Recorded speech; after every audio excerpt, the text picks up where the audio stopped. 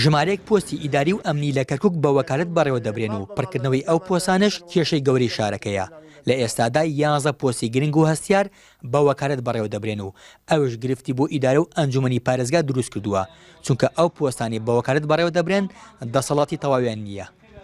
بەڕێوەبەرە گشتیەکانیان بەڕێوەبەرەکان 3 ساڵ جاری ئەگۆڕێن و لایەنە سیاسیەکان داهێنێن. هەموو بەڕێوەبەرە گشتیەکان وەکو هەموو عێراقی تازە محەسەیە و توافقیە لەبەرەوەی ئێمە کەرکووک زۆرینەی کوردە لە 180 ئێمە خۆگەربەوە بیکەین هەمووی هێنێمە بێ، بەڵام ئەبێ ڕچاوی توافقی برا عەرەب و تورکمانەکانیش بکرێت. پۆستی سەرۆکی ئەنجومەنی پارێزگا و بەڕێوەبەری گشتی پۆلیس و بەڕێوەبەری گشتی فەرمانگەی تەندروستی و سەرۆکی زانکۆی کەرکووک گرنگترین ئەو پۆستانن کە لە ئێستادا بە وەکالەت بەڕێوە دەبرێن.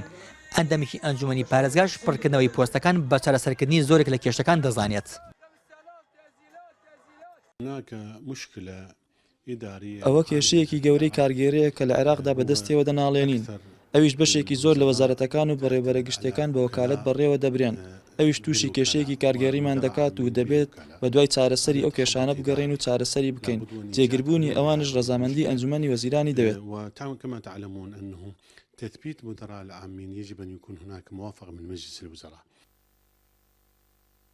پڕکردنەوەی ئەو پۆستانی بە وەکالەت بەڕێوە دەبرێن وەرگرتنی ڕەزامەندی ئەنجومەنی وەزیرانی دەوێت. بەجێبەجێکردنی بڕاری لە مەرکەزیەت و گەڕانەوەی دەسەڵاتی 8 وەزارەت بۆ پارێزگاکان ئەوە بەشێک لەو پۆستانە پڕ دەکرێنەوە و کێشەکان چارەسەر دەبن. ئۆژین جۆڵە NRT کەرکووک.